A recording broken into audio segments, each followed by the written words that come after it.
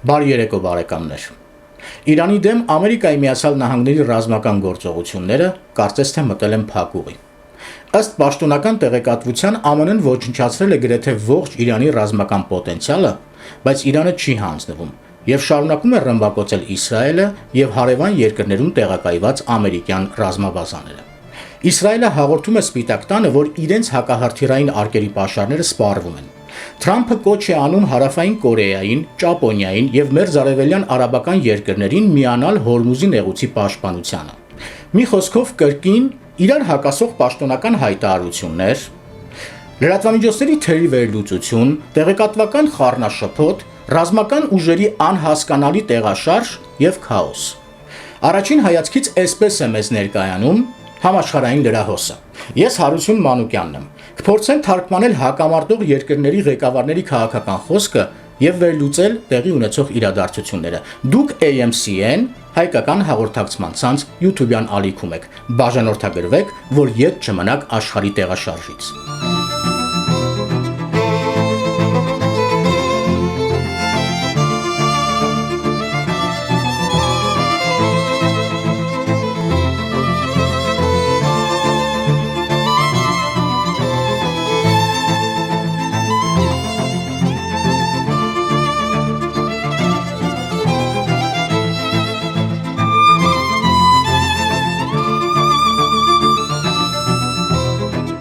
Վերջին շաբաթվա ընթացքում բարեկամներ, Ամերիկայի Միացյալ Նահանգների նախագահ Դոնալդ Թրամփը մի քանի անգամ հայտարարել է, որ արդեն Իրանը պարտված է։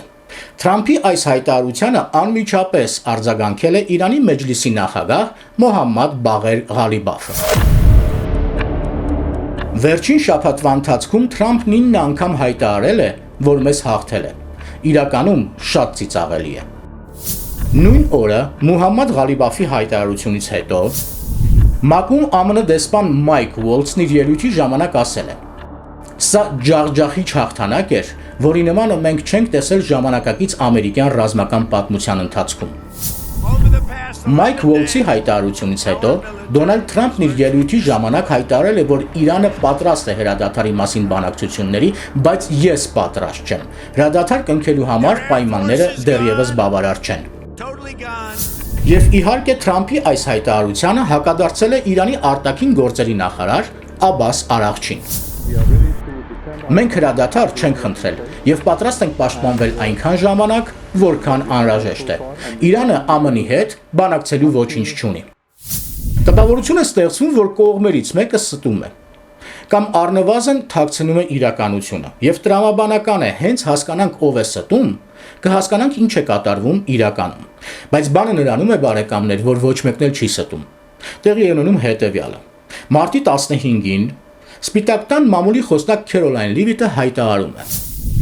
Պաշտոնական տվյալների համաձայն ոչնչացված է Իրանի հրթիռային համակարգի 90%-ը։ Խոցված եւ շարքից հանված են 65 ռազմական նավեր։ ԱՄՆ-ն հարվածել եւ ոչնչացրել է Իրանի 6000 ստրատեգիական եւ ռազմական կառույցներ։ Վերջին շաբաթվա ընթացքում Իրանի հրթիռային հարվածների ինտենսիվությունը պակասել է 90%-ով, իսկ անօդաչու թռչող սարքերինը 95%-ով։ Սա Սպիտակ տան պաշտոնական հայտարարությունն էր, ինչին Իրանը չի հակադարձել, չի հերքել։ Լռել է պարզապես, ոչինչ չի ասել։ Եվ այս իրադարձությունների ֆոնին Թրամփը հայտարարում է, որ Իրանը պատրաստ է կնքել հրադադար։ Ժողովրդական լեզվով Թրամփն ասում է. «Տղերք, մեր դրված խնդիրներից կեսից ավելին արդեն արել ենք, բայց դեռ չենք հասել մեր նպատակին։ Այնուամենայնիվ հնարավորություն ունեք կանգնեցնել հետագա զարգացումները։ Համաձայնեք մեր պայմաններին, հայտարարենք հրադադար ու սկսենք բանակցել»։ Պաշտոնական Իրանը պատասխանում է, որ մենք համաձայն չենք ձեր պայմանների հետ, մենք ձեզ հետ բանակցելու ոչինչ չունենք եւ կշարունակենք պաշտպանվել այնքան, որքան պետք է։ ԱՄՆ-ն ասում է. «Շատ լավ, մենք հարգում ենք ձեր որոշումը, ուրեմն շարունակում ենք»։ Եվ նույն օրը կոչ է անում արաբական երկրներին միանալ Իրանի դեմ ռազմական գործողությանը։ Նույն օրը հրթիռակոծվում եւ ոչնչացվում են Պարսից ծոցում Խարկ եւ Աբու Մուսա կղզիներում Իրանի գլխավոր նավթահաբերը։ Աբբաս Արաղչին հայտարարում է, որ Խարկ եւ Աբու Մուսա կղզիներին հարվածները հասցվել են Արաբական Միացյալ Էմիրությունների տարածքից HIMARS հրթիռային համակարգերով։ Նույն գիշեր Իրանը եւ Հեզբոլլահը 5 անգամ հրթիռակոծում են Իսրայելը։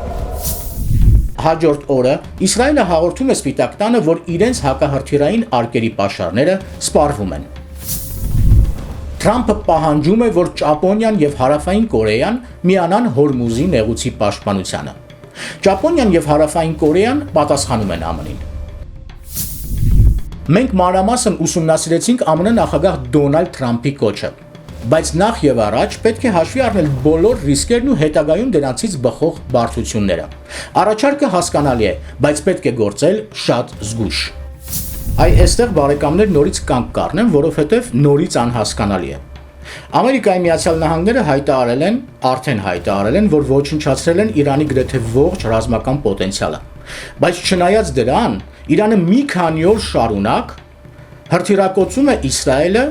եւ հարևան երկրները։ Ընդ որում Իսրայելը հայտարարում է, որ հակամարտության սկզբից մինչ օրս նման ինտենսիվությամբ եւ հզորությամբ հարվածներ չեն եղել։ Հարց.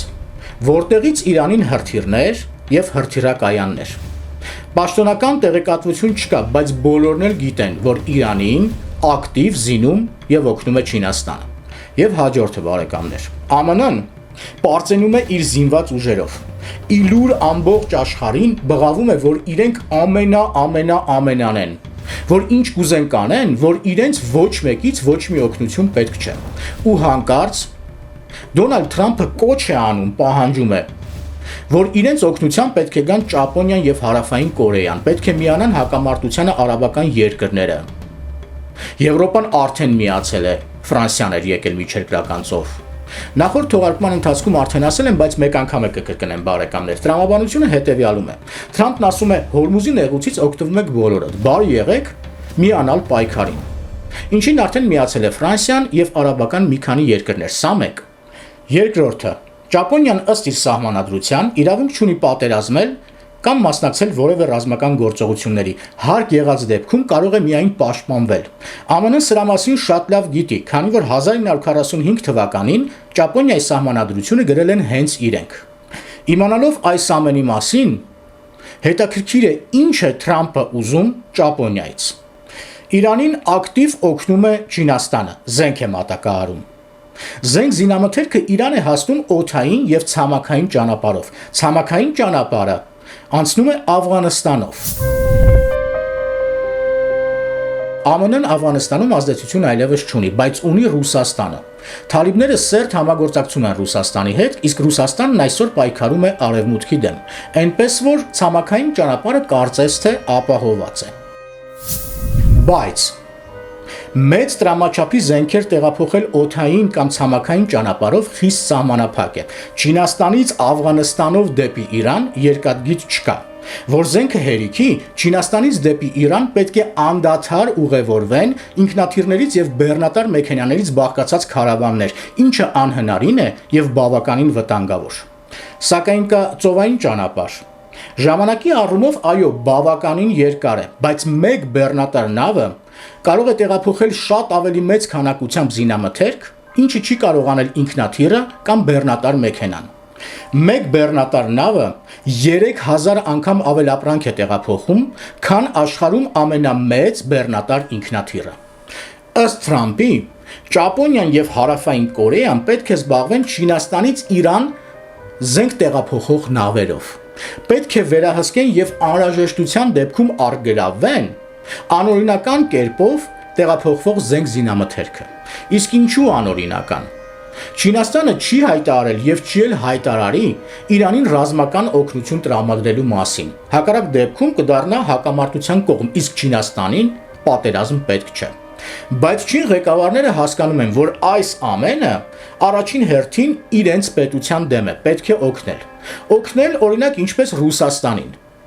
Պաշտոնապես ռուսական եւ ուկրաինական պատերազմին չեն խառնվում, բայց ակտիվ Ռուսաստանին զենք են մատակարարում։ Կարճ ասած բարեկամներ, Ճապոնիան եւ Հարավային Կորեան պետք է վերահսկեն ծովային ճանապարհները, որ Չինաստանից Իրան զենք չհասնի։ Բայց դա անելու համար պետք են Ամերիկայի Միացյալ Նահանգների կողմից անվտանգային երաշխիքներ։ Եթե օրինակ Չինաստանը որոշի հարվածել վերահսկողություն իրականացնող ճապոնական եւ կորեական ռազմածովային ուժերին, ապա ինչ։ Ով պետք է հասնի նրանց օգնության։ Ամերիկայի Միացյալ Նահանգները խնդիր չկա։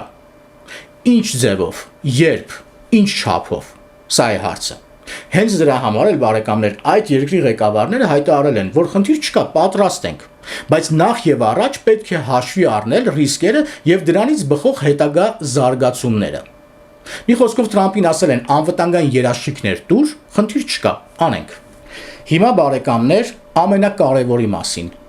Ինչ է ուզում իրագործել Ամերիկայի Միացյալ Նահանգների նախագահ Դոնալդ Թրամփը։ Զենք զիդամթերքներով բեռնված նավերը Չինաստանից կարող են հասնել մինչև Եմեն, այնուհետ Ադենի նեղուցով, Կարմիր ծովով, Սուեզի ջրանցքով դուրս գալ միջերկրական ծով ու հասնել մինչև Լիբանան, որտեղ տեղակայված է Հեզբոլլահը։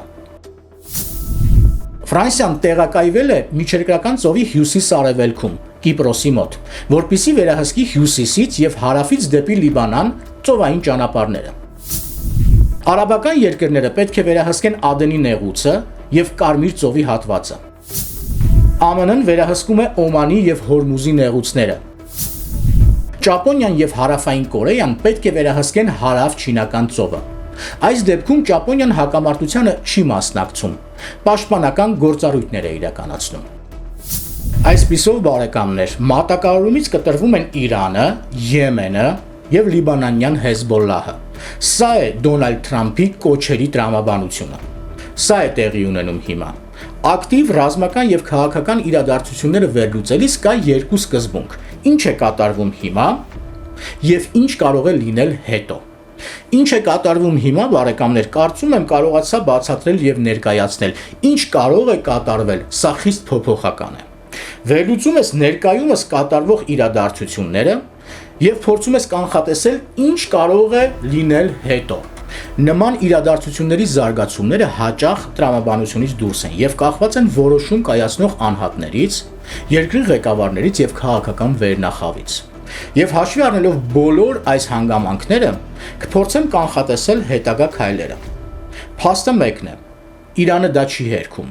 Ամերիկայի Միացյալ Նահանգները իրականում ոչնչացրել են Իրանի գրեթե ողջ ռազմական պոտենցիալը, բայց Իրանը չի հանձնվում, դիմադրում է, դիմանում է, հասկանալով, որ հանձնվելը հավասար է մահվան։ Այո, շարունակում է դիմանալ եւ օգտվում է Չինաստանի առաջարկած օգնությունից։ ԱՄՆ-ն էլ լուծել է իր առջև դրված խնդիրները ու հիմա ավելի շատ կենտրոնացել է Չինաստանի մատակարարումը արգելափակելու վրա, ակնկալելով, որ Իրանը ճարահատյալ կհամաձայնի իրենց պայմաններին։ Ակտիվ ռազմական գործողություններին հիմա հաջորդել է զսպման ստրատեգիան։ Այդ իսկ պատճառով թվում է, թե ԱՄՆ-ն մտել է փակուղի, ինչը այդքան էլ այդպես չէ։ Կհաջողվի Իրանին դիմանալ, իսկ ԱՄՆ-ին զսպել Չինաստանին, պարզ կլինի մի քանի օրից։ Ասեք էլ ինչի մասին խոսեմ բարեկամներ եւ շարունակեք բաժանորդագրվել մեր AMCN հայկական հաղորդակցման ցանց YouTube-յան ալիքին։ Ես Հարություն Մանուկյանն եմ, մինչ նոր հանդիպում։